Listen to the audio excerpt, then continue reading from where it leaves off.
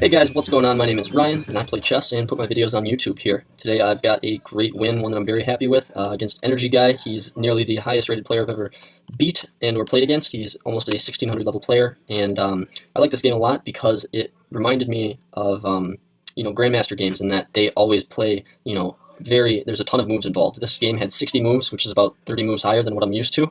Grandmasters, what they'd like to do is they'll make 100, tiny, quiet moves and improve their position by, a tenth of a material advantage, and this game reminded me a little bit about this.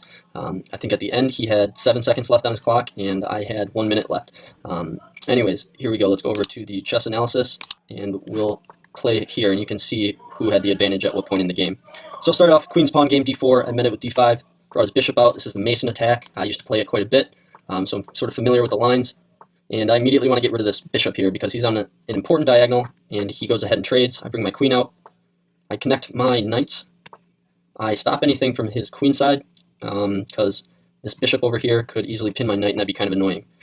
I also start to fianchetto my bishop. If you've watched any of my other games, you know that I like to push this pawn here, and then my bishop has a nice diagonal, full board access. He goes ahead and pushes there, and he takes back with the knight. I go ahead and drop my queen back because I don't want to recapture here with the knight and then having his bishop come along and threaten this rook over here. Then the whole purpose of this bishop being on this diagonal is kind of ruined if he just captures it right away. It's no longer really an advantage.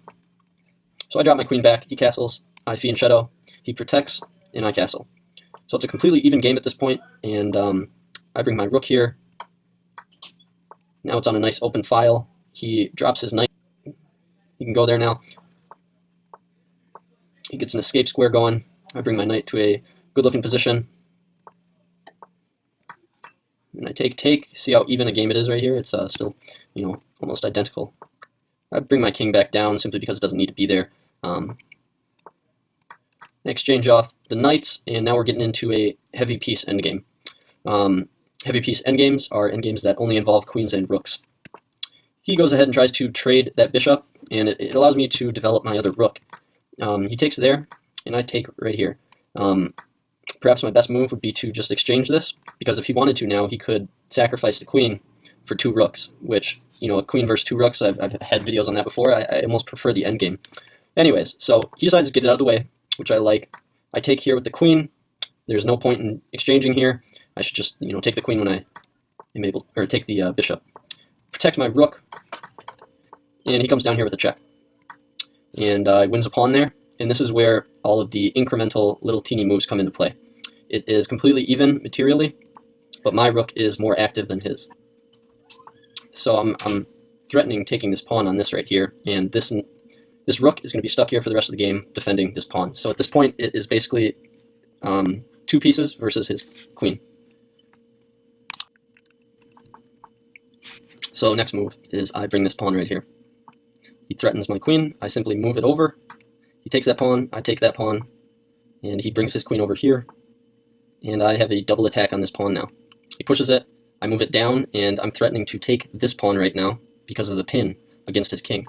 He gets out of that pin, and I check him. He moves it back. I threaten to take this pawn again.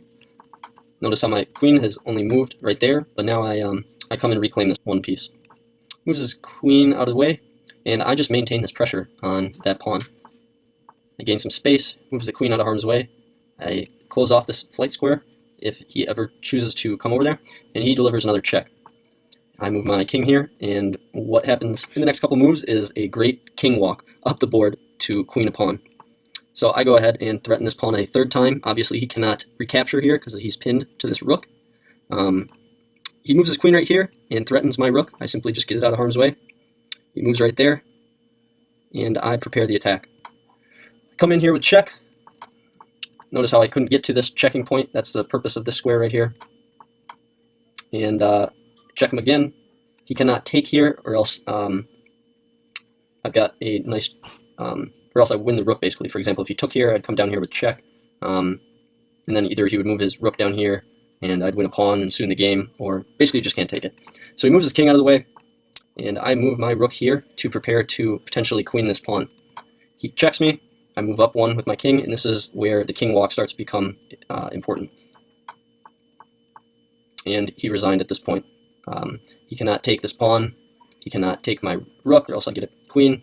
Basically, it was just a solid game from both sides. So let's just run through the whole game again. We'll see how it transpired, and we'll leave with some closing remarks. It was a completely even game until about move 30, I think.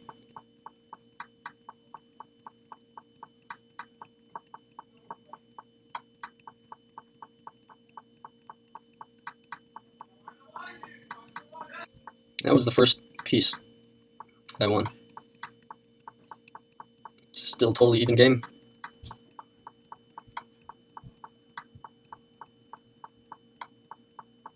See how stuck his rook is? It's basically a queen versus, two pieces. It's unfortunate, but he has to defend that pawn. That's why you should always try to activate your pieces as early as possible.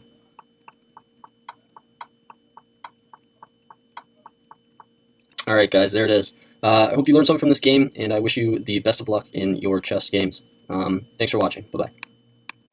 What's up guys? Thanks again for watching my video here today. I really appreciate it, and if you have any questions about any specific moves or anything about the game, please leave them below. I'd love to answer those. And last but not least, if you got anything out of this video at all, or you just simply enjoyed it, I would highly encourage you to subscribe. It helps me out a lot, and that way you can, get in touch with any future videos that I put out. Anyways, have a good rest of your day, and good luck in your chess.